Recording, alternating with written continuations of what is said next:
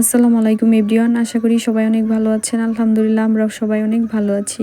আজকে আপনাদের সাথে শেয়ার করব বেগুনি বানানো। কারণ বেগুনি বানানো তো সিম্পল কাজ, এটা সবাই কম বেশ জানেন, তাও আপনাদের সাথে একটু শেয়ার করতে চলে আসলাম। বেগুনি বানাতে প্রথমে বেসন, তারপর এখানে যা যা মশলা প্রয়োজন সব কিছু দিয়ে দিলাম, সাথে কালো জিরাও দিয়ে দিলাম।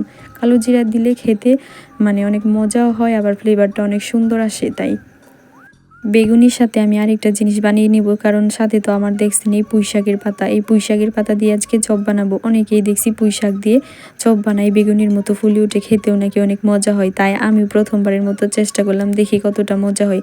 আসলে বেসন দিয়ে সব কিছু গুলিয়ে যে কোনো খাবারই কিন্তু অনেক মজা হয় তেলের মধ্যে ভেজে নিলে।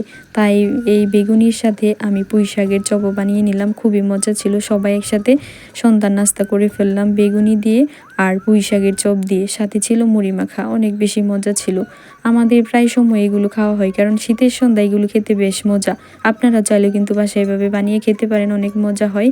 আর এই পর্যন্তই আজকে, সবাই ভালো থাকবেন, সুস্থ থাকবেন। আমার নতুন ভিডিও দেখার জন্য সবাইকে আমন্ত্রণ রইল। আসসালামু আলাইকুম।